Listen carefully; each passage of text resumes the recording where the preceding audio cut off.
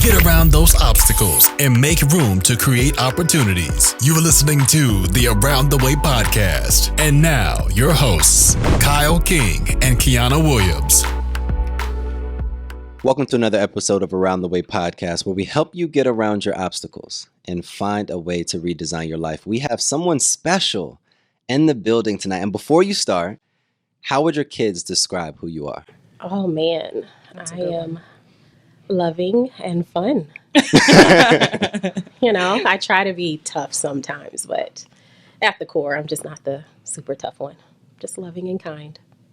Where did you learn that from? Why is that important to you?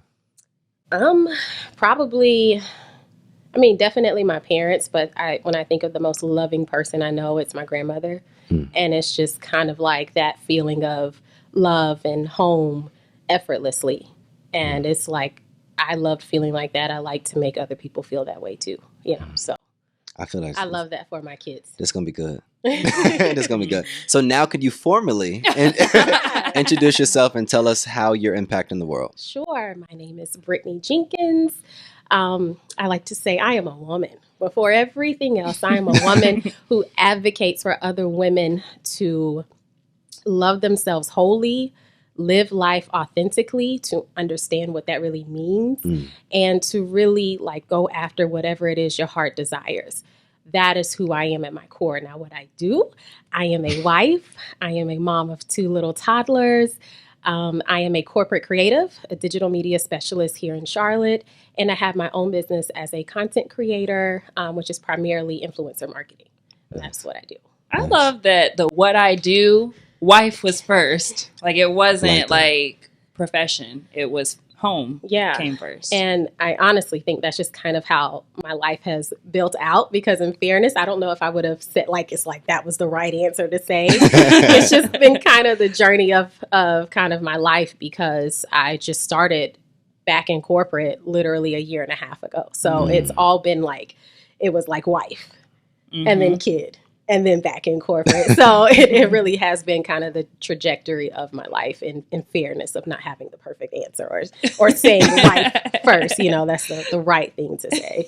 I think a lot of times, especially women, when we become wives, or when you guys become, you become a wife. When you become a wife, especially when you become a mother, you put so much time, so much energy into that area, where oftentimes you forget about who you are. Absolutely. Oh my goodness. And it's not even forgetting about who you are, but just being and understanding who you actually want to be. Because, when we're younger, we're like, who do you want to be when you grow up? But it's kind of like an ever evolving thing. You might want to be loving and kind, but that ultimate thing, I don't think I've even ever had that. And because it's just been a journey for that. So absolutely, you forget what it's like to be that old person, the older, just you alone, but also just being without all the titles. Absolutely. What does that ultimate thing look like for you? Oh gosh, I wish I knew.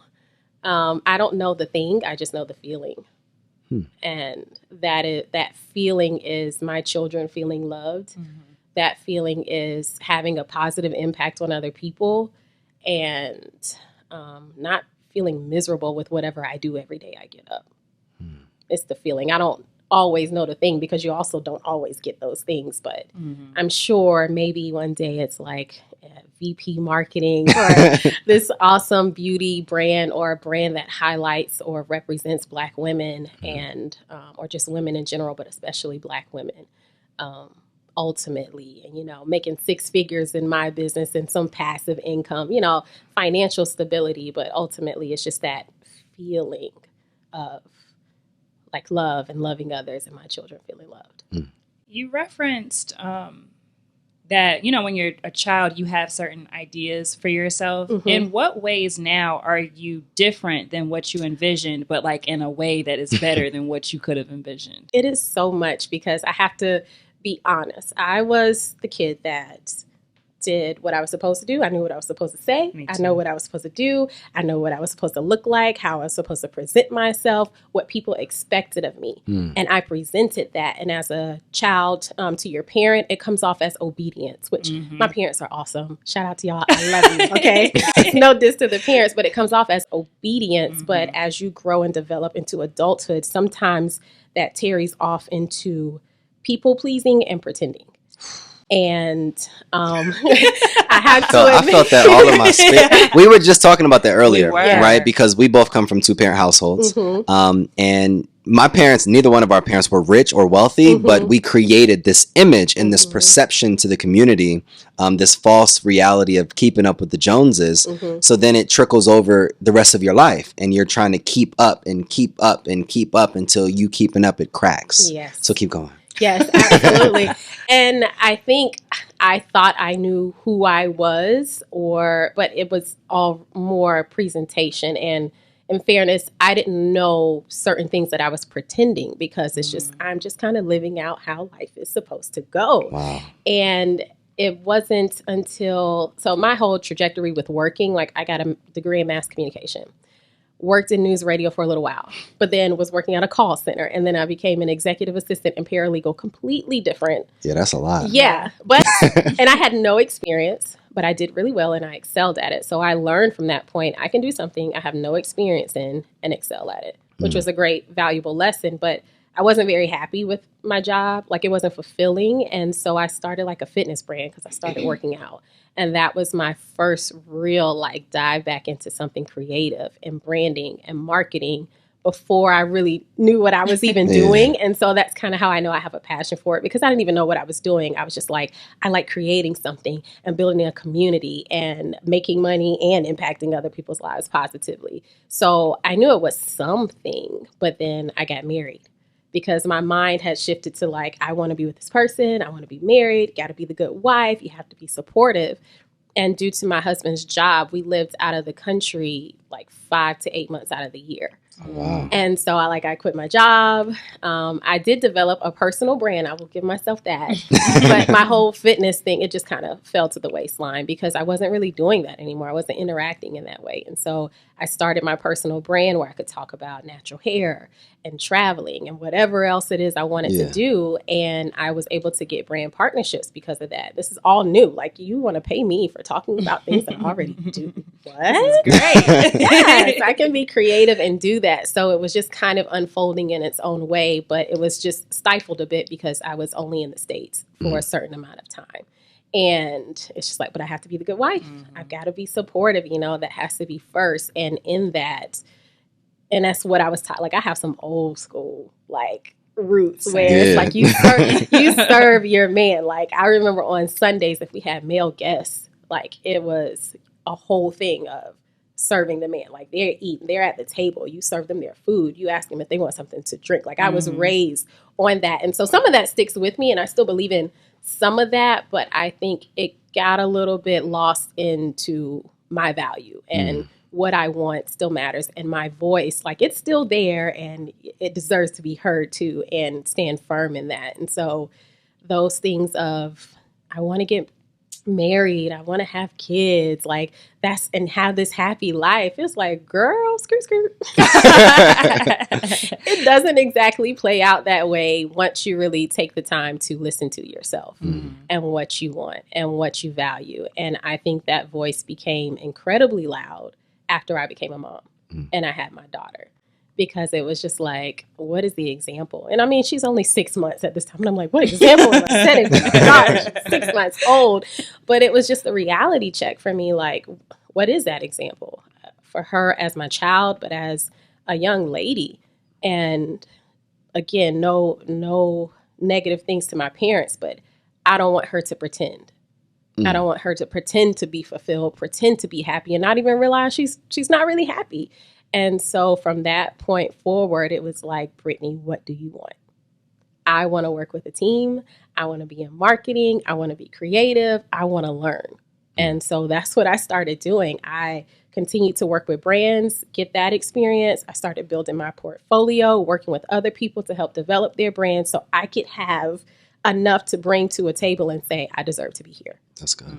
I knew I deserved to be here, but you still have to have that experience. You have to Yeah. do the work in between that time to come to the table and say, I deserve to be here. And that's what I did. So 5 years after not being in a corporate setting, I got a corporate job as a creative in social media, doing exactly what I wanted. Not without prayer, lots of prayer, not without manifestation, and not without the support system I had, because there were times that I doubted myself. You know, I'm like, can I really do this? I don't really have a choice, though. And I have my friends that are like, why are you debating what you already know, what you already see for yourself? So that support system was major, major, major for me. I believe so much more now that the people you surround yourself with, it's just going to be so imperative to the direction your life goes. Exactly. Absolutely. If image wasn't a thing and you could be anything or anyone, who would you be? I don't know that I would be anyone. It's just the way that I would live. How would you live? You got that answer. How would I live? Oh, gosh, I don't know. I would eat a lot. I would laugh a lot. I drink a little bit. Just a little bit. A little bit. Yeah, a little bit. You know, a little wine here, a little tequila there. You know, a good time. I really don't know. Like, I would have a platform to tell people to be yourself, to love yourself, and to, like, that is truly really it, because that's the voice that I needed for myself. And I like to be that voice for other people. Like, if you have a dream, you have something you want to do, I'm like the personal branding hype girl. I'm the supportive person, and that is what I get a joy out of. Like, you can do it. Let's map it out. Let's figure out the logistics and go for it. I would love a platform to where I have experienced it, I have gone through it, and I can tell you can do it too. When you think about branding, because I think there's so much misinformation about the proper way to brand yourself. And everyone's an expert. Oh, everybody's an expert. Everybody's a coach. Yes. Everybody has a coaching program, something. They've got an e-product, which I'm not, that's great. It's a good hustle. You need that passive income, but I think people jump to being expert without really having expertise or experience. Talk to us a little bit more about that point. Yeah, branding is important. The most important thing is authenticity to me when it comes to branding. You can fake it for a little while. You can kind of put on a little bit, or, you know, you present yourself for the person you want to be or the business you want to have. Like, that's important too. But for me, as far as personal branding, that's where I thrive. And I think authenticity is the most important thing. And being yourself and knowing what you value and being self-aware and knowing what you need to change, and knowing the impact you want to have on other people, because I think that's the biggest thing at the end of the day. What's the impact I want to have on other people? And that's your brand, because it's going to be, your brand isn't necessarily what you want to say about yourself, but it's what everyone else is going to say about you when it comes to your personal brand or your business. Like, my business has integrity. Do people say your business your brand has integrity? And so it's really about the effort and the work you put in, not just a name, a color scheme, a curated feed. It is really how you show up every single day as yourself, as your brand, as that business. That's good. That's good. What is your top strategy for someone being able to develop a more inclusive brand of who they are? You got to sit with yourself a little bit. And for the basics of branding, though, it's like, pick 3 pillars of your life that you could just talk about all the time, any conversation. For me, that might be motherhood. That might be the transition to working corporate and having my own brand. That might be food and a good time with friends. Those are things that are easy for me to talk about. It's my real life. I can have an authentic voice with that. So find those pillars that you are an expert on, you have good storytelling, and you actually care about and enjoy it. And that's what makes it so much easier to transition, because when you're an expert at your own life, and when you figure out how to do proper storytelling or effective storytelling, that's how you connect with other people. And once you connect with other people and you have their trust, if there is something that you have to offer them, then they may be interested. When you think about stories, and we often ask this question, what is one story that you've experienced in your life that best describes who you are today? One? So many.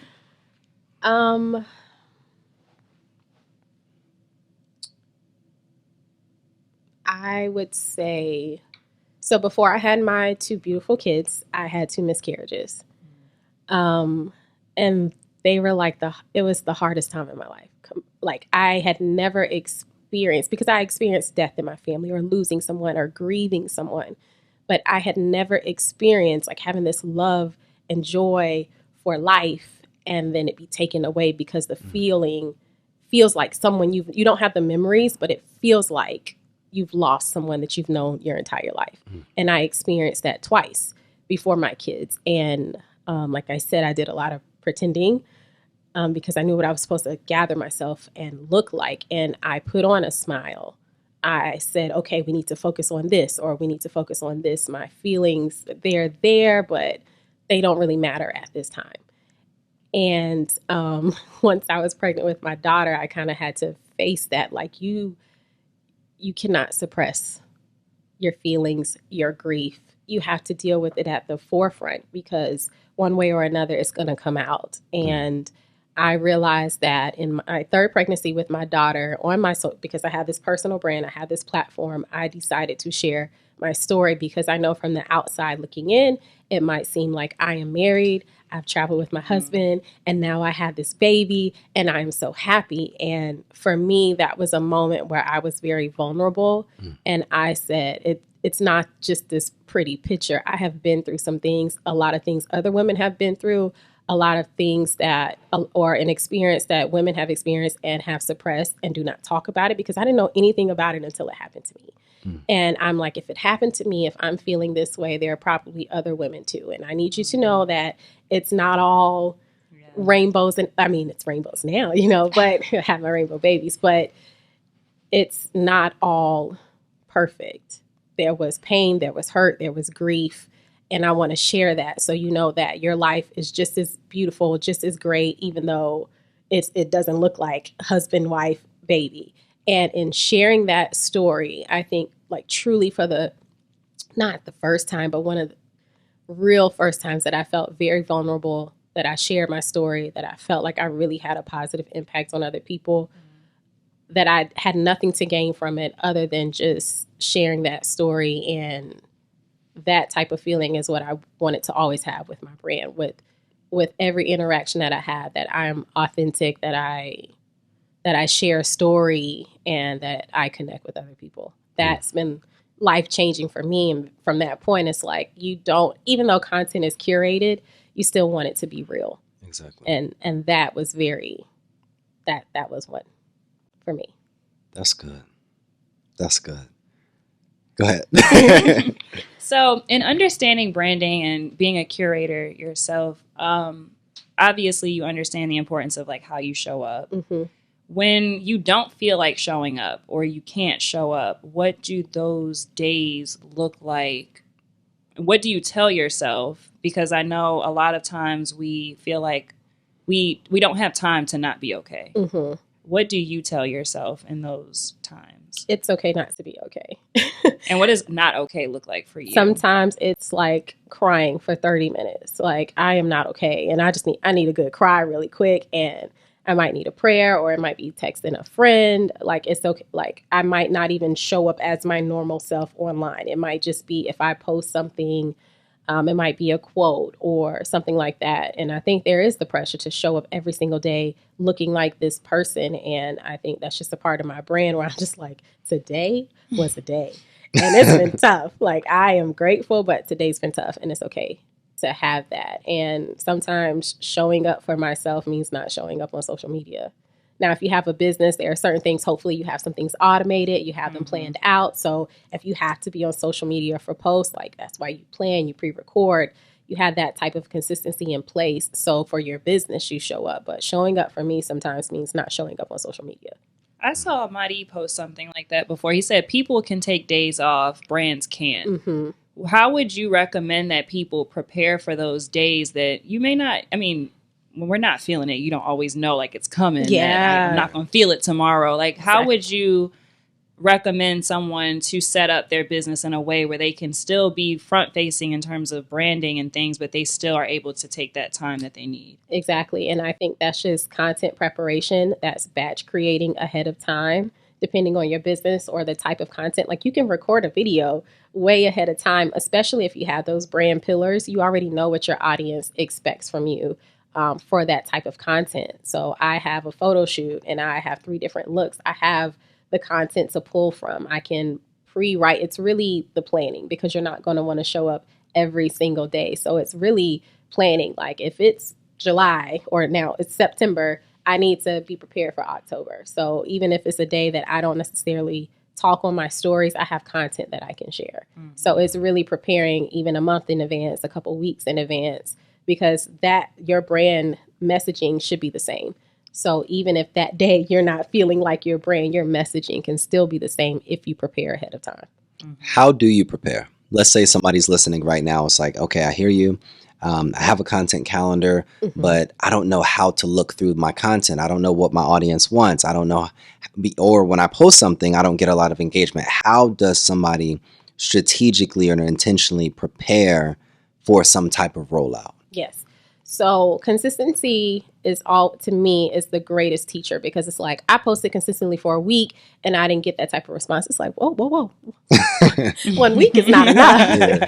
You can see how you did for that week, but you kind of need 30 days to see how people, what time they respond to your post. So you might post at noon or 9 o'clock or 8 o'clock, and you kind of have to see how that works for at least a month to really have some type of data to compare that to. So like,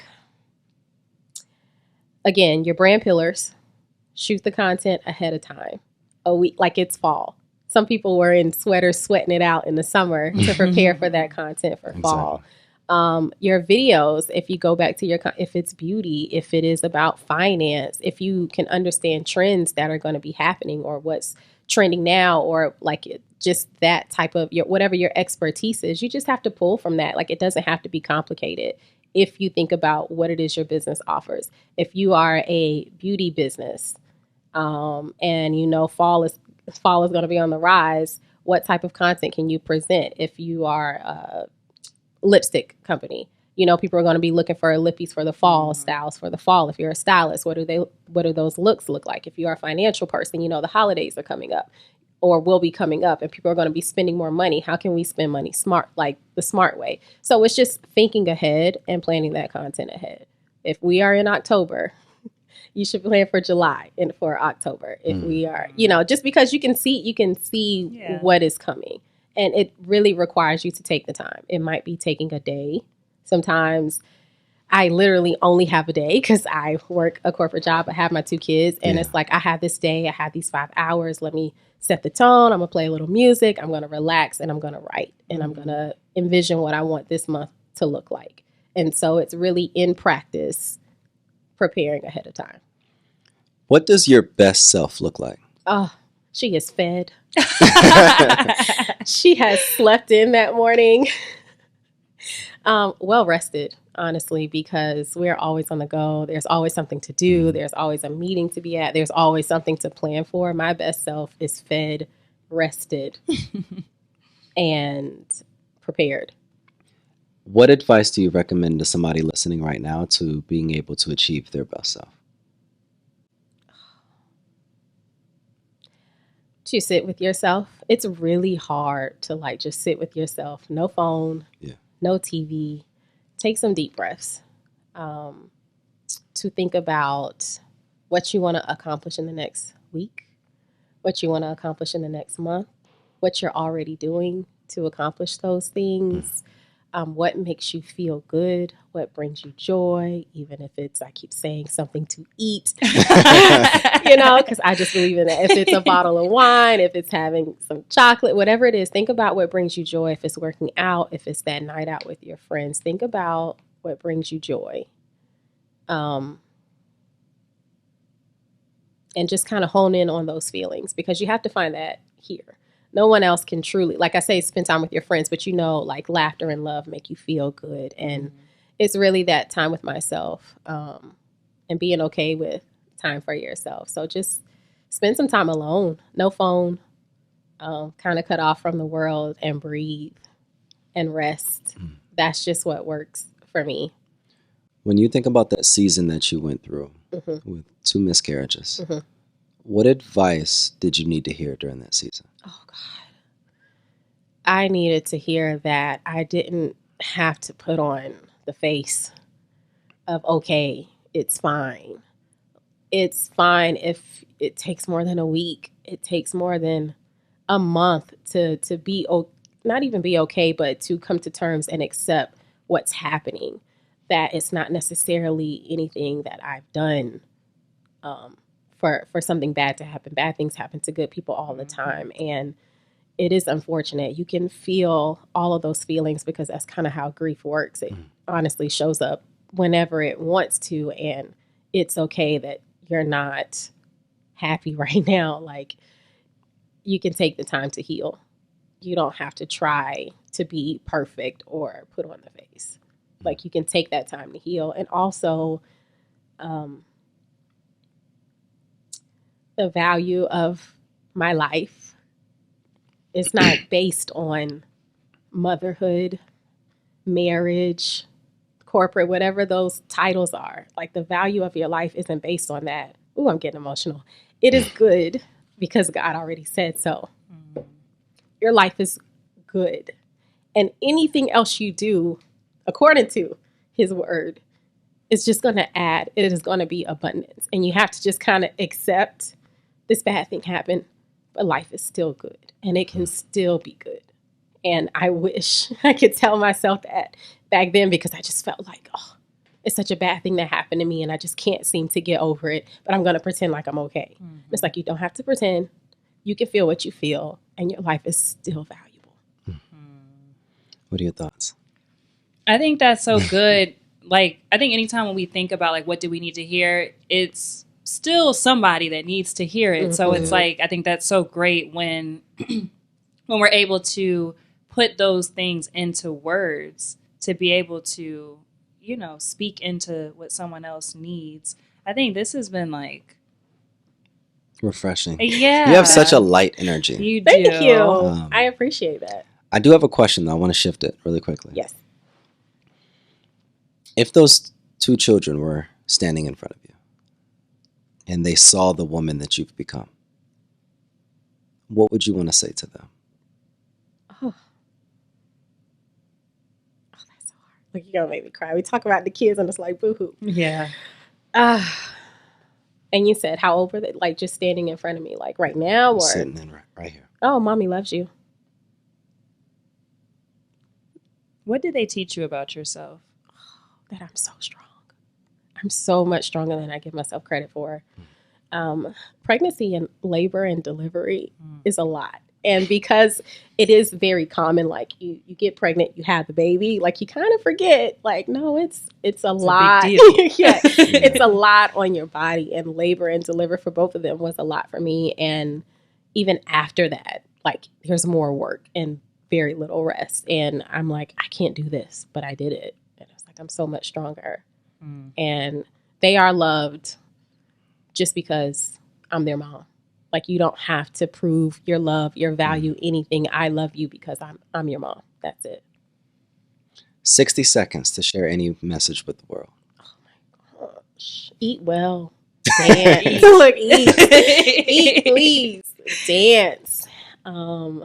It's okay to cry. Give yourself the space to dream, the space to fail, the space to try again.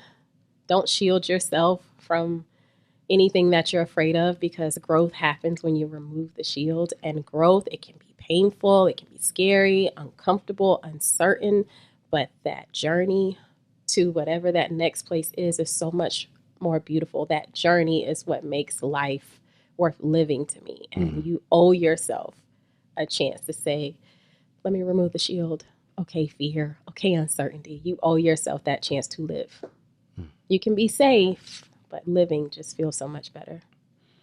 This is my final question. What is the gift that you're trying to unpack in the world? I don't know. Love. It's what I feel the most. It's what I have the most joy for. And I want other people to feel loved. Define love. Oh, gosh. There we go. Unhinged, uncaged, unbounded, freedom to be, and accepting others as their being. I think that is truly love, loving yourself, loving someone else. Because I think we're like, I love this person because they are XYZ. I love them just for being. And that makes me think about marriage. We're like, you're mine, I'm yours, I love you. And it's like you put a cage on somebody. Like, love is not supposed to be bounded in that way. There's honor and respect. But I think love is acceptance and just freedom, truly. Motherhood. Define it. Girl. It's the hood. Ever evolving. It's like just nonstop learning, nonstop patience, and time moves way faster than what you think it does. Marriage. Jesus. Jesus. Marriage. It's a journey. It's evolving. It is choosing each other over and over again. That is marriage. Brittney Jenkins. Hey. Brittney Jenkins is imperfect, but authentic and evolving and open and kind. That's me. Close us out.